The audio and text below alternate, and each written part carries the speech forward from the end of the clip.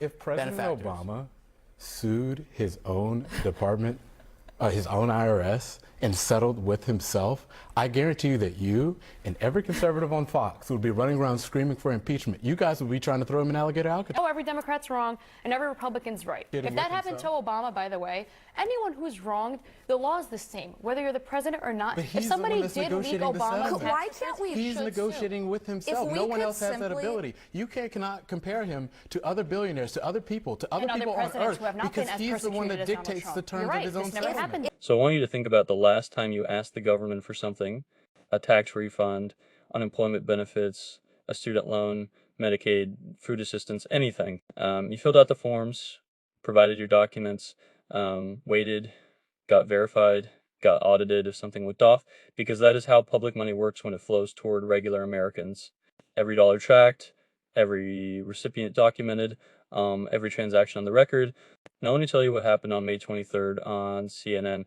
Emily Austin, a 24-year-old sports podcaster, sat on a national news panel and called a $1.8 billion secret government fund with no congressional approval, no public recipients list, and no rules governing who qualifies, altruistic, $1.8 billion of your tax dollars, redirected by executive action alone into a fund that the Deputy Attorney General confirmed has no eligibility requirements, that Proud Boys leaders can apply to, that you will never be able to audit, that permanently shields Donald Trump's family from the IRS, that your taxes fund. And the best defense CNN could find was a sports blogger calling it a gift to humanity. Isaiah Martin, a 27-year-old Gen Z congressional candidate from Houston, looked at her and said something so simple it stopped the panel cold. "We don't know where the money goes. You don't think that's absurd?" She said, "Optically, it looks horrendous." He said, "Because it is horrendous. I'm Andre Mitchell. This is the real Andre Mitchell. You ask the government for things with your name attached. He created a fund where nobody's name ever will be." So let's talk about that. Hi, everyone. I'm Jessica Dean in for Abby Phillip today, and we're still 3 months from the dog days of summer. But for Donald Trump's political standing, it's hot as hell already. For the past 3 months, the president launched a war that's still going without an obvious end at this moment, sending gas prices through the roof. No state has had less than $4 a gallon 48 hours ago. Inflation is rising. Mortgage rates rose to the highest they've been in 9 months. Bond yields are the highest since before the financial crisis, and his poll numbers keep crashing. But all the president can seem to talk about over and over are the things like his arch, the reflecting pool, his marble walkway, and the ballroom, which he gave a tour of this week. This is a gift to the United States of America. And more than a gift, it's going to be one of the most beautiful buildings that's ever been built in the country or in Washington, D.C. This is not for me. This is my gift to the United States of America. When it comes to those gas prices mentioned, he doesn't think much of them. This is peanuts, and I appreciate everybody putting up with it for a little while. It won't be much longer. And this week introduced a new twist to the outrage. Trump defended a $1.8 billion slush fund with taxpayer money to compensate his allies that he claims were wrong. And that includes January 6th rioters. And if that's not enough, part of that deal forbids the IRS from forever investigating him or his family's taxes. Even conservative columnist Jonah Goldberg raised the idea of impeachment, saying by their definition, the founding fathers would have gotten rid of Trump long ago. I want to welcome everyone to the table. Thanks so much for being here, guys. It's interesting. We heard from Trump on Truth Social, where he was kind of congratulating himself. He said that he gave up a lot of money in allowing the just announced Anti-Weaponization fund to go forward. I could have settled my case, including the illegal release of my tax returns and the equally illegal break-in of Mar-a-Lago, for an absolute fortune. Instead, I am helping others who were so badly abused by an evil, corrupt, and weaponized Biden administration receive, at long last, justice. Alyssa, I'll start first with you. The president not backing down from this, and it seems like he's living in this reality right now, whereas there's the other reality for millions of Americans who are looking at this weekend with really high gas prices, really high grocery prices. The list can go on. Well, and let's just look back to what started this. The president's tax returns were leaked. That shouldn't have happened. That was wrong. That was unethical. The gentleman who did that is serving 5 years in jail. It's not like there weren't consequences for those actions. But now this is money that was congressionally appropriated to the Internal Revenue Service that is going to be used for this, what I would say amounts to a slush fund, to go out to people who feel like they were victims of political weaponization. And that could include people who may have assaulted police officers, destroyed property at the Capitol. And I'd also remind you, those people, most of them already received blanket pardons from the president or commutations of their sentences. So many of these also went on to commit other crimes down the road. So this just comes at a moment when there are so many glaring signs of things the president should be focusing on, that the American people want him to focus on, and it feels deeply out of touch. I am still incredibly bullish that this is never actually going to come to fruition. The fund itself, between Congress, this is just blatantly illegal. This has to go through a congressional appropriation, and if Congress doesn't find a way to block it, then I do think the courts will step in. We've seen him do it with Doge, with other times that funds were appropriated for something different and then redirected. So we'll see if it ever comes to life. I mean, I would push back on that a little bit. What you call the slush fund, I find to call the anti-weaponization fund. And I'm sure on both sides of the aisle, we all have friends whose lives have been absolutely ruined, whether they were innocent. And you said that this is going to people who assaulted police officers on January 6th. It could, but the truth is we don't know where this money's going yet. And I feel like we're always prematurely just very negative when it comes to anything that President Trump wants to do. But I view this as something very altruistic. Trump did not take the money and put it in his pocket like he could have, and like most people probably would have done. I'm sorry, I have to stop the tape right here because I've been watching CNN panels for a long time, and I genuinely cannot remember the last time someone accidentally destroyed their own argument that completely, without realizing it, while broadcasting live on national television. If you just told you the president deserves credit for not stealing it, that's where we are with you right now, and that is the conversation happening about your tax dollars on the network that millions of Americans trust for news. Not he followed the law, not Congress approved it. Just he had the power to take it all and didn't be grateful. And I want you to think about your own life for a second. If you went to your employer and said, look, I could have stolen from the register, but I didn't, give me a raise, how long before security walks you out? That logic doesn't work anywhere in real life. Apparently it works on CNN. Isaiah Martin is about to respond, and honestly, she's already done half his job for him.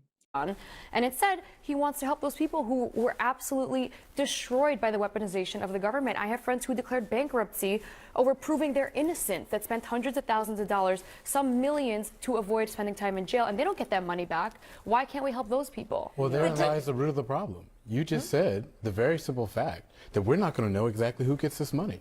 I know that there was this testimony inside of the United States Congress in which they said that there's really no rules behind what's going to happen. So I think that it's absolutely absurd that there's going to be a fund that's $1.8 billion.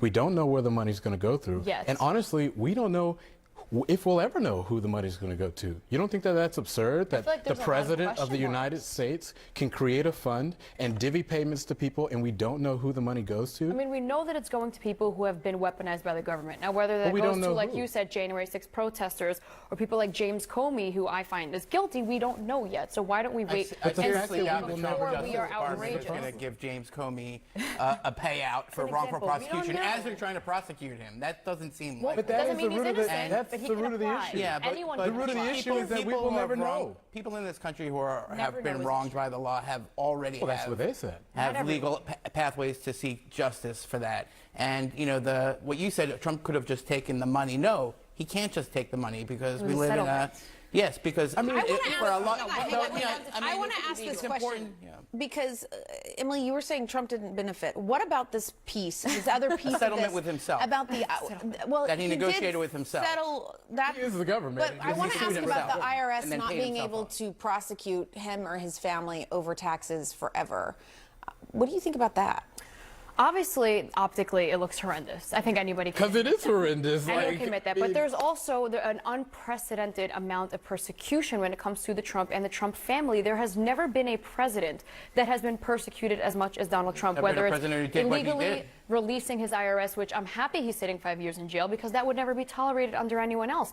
But it's just the target on President Trump Personally, it's Jeff outrageous. Jeff Bezos also had his tax returns illegally released. And that's so should also he be bad. entitled to $2 billion? Where does this He stop? if he wants are we to gonna be sue, saying, he absolutely has the so right are we going to to. say that for every single person that they should all be They have entitled the right to to $2 billion? sue, But I also Why? think But none of them or Whatever the they president of the settle on. United States can negotiate with But them themselves. and the president, to me, have equal treatment. If Bezos wants Equal to sue, treatment? if It's the Bezos president wants to of the sue and United president States wants that's to sue, they negotiating have his been own wrong. settlement. Well, and let's Clearly keep there's in a mind, case guys, of getting the money. there is in this moment in the country, people are struggling. There is real financial and economic hardship right now. People's healthcare costs are going up, inflation, gas prices are between $5 and $6 a gallon. Is this the best use of government resources? Yes, of I course don't know not. any conservative who could argue that this is how we should be using this money. I mean, I here's argue the, it and goes here's the back to con- the and here's the people. context. This is a pattern of the President of the United States pilfering from the national coffers to serve his own political and personal ends. We have the Board of Peace, billions of dollars of taxpayer money without any congressional authorization or oversight. You know, you've got all of the stock trades that he's made, $750 million worth of stock trades on issues that he's adjudicating. This is a level of self-dealing and corruption that no one has seen before, and you have to view this slush fund in that context because If there was it's ever- obvious that he's doing it for political reasons and that the lawsuit against the IRS and by was a sham lawsuit that was never moving forward anyway. I'm just It gonna was say just this. a thinly veiled excuse If to President- pay off his own political If President benefactors. Obama sued his own department, his own IRS, and settled with himself, I guarantee you that you and every conservative on Fox would be running around screaming for impeachment. You guys would be trying to throw him in alligator Alcatraz. Actually, one thing I will That's pat what you would myself want. on the back for is I know bipartisanly when something is wrong or not. I'm not the person that's like, oh, every Democrat's wrong and every Republican's right. That's something that you cannot And a president generalize. negotiating If that with happened to himself. Obama, by the way, anyone who's wronged, the law is the same, whether you're the president or not. But If he's the somebody one that's did leak negotiating the Obama's settlement. tax Why can't returns, we- he He's should negotiating sue. with himself. we No one could else has that simply- ability. You cannot compare him to other billionaires, to other people, to other And other people on presidents earth, who have not because been as he's the one that persecuted as Donald dictates Trump. the terms You're right, of his own this never settlement. happened before. If we could just get a commitment from the administration that not a single dollar would go to somebody who assaulted a police officer, I agree we with could you. begin a conversation. Maybe I still wouldn't support it, but some Republicans in the Senate might. But we couldn't even get that from the Deputy Attorney General, Yeah, a commitment he that did not leaders of the Proud Boys and the Oath Keepers might not get $1 million settlements to then what, fund domestic terrorism? And then, Alyssa, we also won't get the names of the people at all. Correct. So we'll never be able to verify anything. There's not a lot of There's transparency. a lot of questions around this, and we're going to talk about as we come back. Let me tell you what Emily Austin actually did in that segment, and I don't mean this as an insult, I mean it as a diagnosis. She told the truth by accident, not the truth she came to tell the other one, the one sitting underneath every talking point she tried to deploy, because when your defense of a $1.8 billion secret fund is that the president deserves credit for not personally pocketing it, you've just described an administration where stealing was on the table and restraint is considered a virtue. That is not a defense, that is a confession with better posture. Now here's what Isaiah Martin did that the clip doesn't fully capture. He didn't just push back on the fund, he forced the only question that actually matters about it into the open. We don't know who gets the money, we're still figuring out the process, not the details are being finalized. The Deputy Attorney General testified before Congress that there are no rules governing who qualifies. Todd Blanche confirmed that leaders of the Proud Boys and the Oath Keepers organizations the FBI has designated as domestic extremist groups could apply. The acting Attorney General could not guarantee not to the Senate, not to the House, not to the families of officers beaten on January 6th, that a single dollar would be withheld from people who committed documented violence against law enforcement. And the fund has no public recipients list ever. You will never know who got your money. Think about what that means in your actual life. If you apply for a government benefit, Medicaid, food assistance, a small business loan, student debt relief, your information is documented, your eligibility is verified, your name is attached to the transaction. That is how public money works. That is the accountability structure that exists for every American who receives government assistance. It does not exist for this fund. $1.8 billion of congressionally appropriated IRS money, money that was designated for tax enforcement, redirected into a secret slush fund by executive action alone, with no vote, no oversight, no public record, and a permanent clause ensuring the president's family never faces the agency that money was supposed to fund. And this segment aired on May 23rd. 6 weeks later, the fund got blocked by a federal judge. Todd Blanche walked into Congress on June 3rd and said, "We are not moving forward." But the Audit Protection Clause survived and still standing, still permanent. Here's the Obama hypothetical that cracked the panel open, and I want to make sure it lands the way it deserves to. Isaiah Martin didn't ask it to score points. He asked it because it is the only question that cuts through every rationalization cleanly. If Barack Obama had done this, sued his own IRS, settled with himself, created a secret fund, protected his family from audits forever, there would have been articles of impeachment drafted before the ink dried. Jonah Goldberg, a conservative columnist, not a Democrat, wrote that by the Founding Fathers' own definition, Trump should have been removed long ago. That is not a liberal talking point. That is a conservative writer applying the standards. Conservatives claim to believe in. Emily Austin couldn't answer it, because there is no answer. There is only the hope that nobody asked the question directly enough to make the silence visible. Isaiah Martin asked it directly enough, and CNN put a 24-year-old sports podcaster across from him to respond. That tells you everything about whose argument this network thought needed protecting.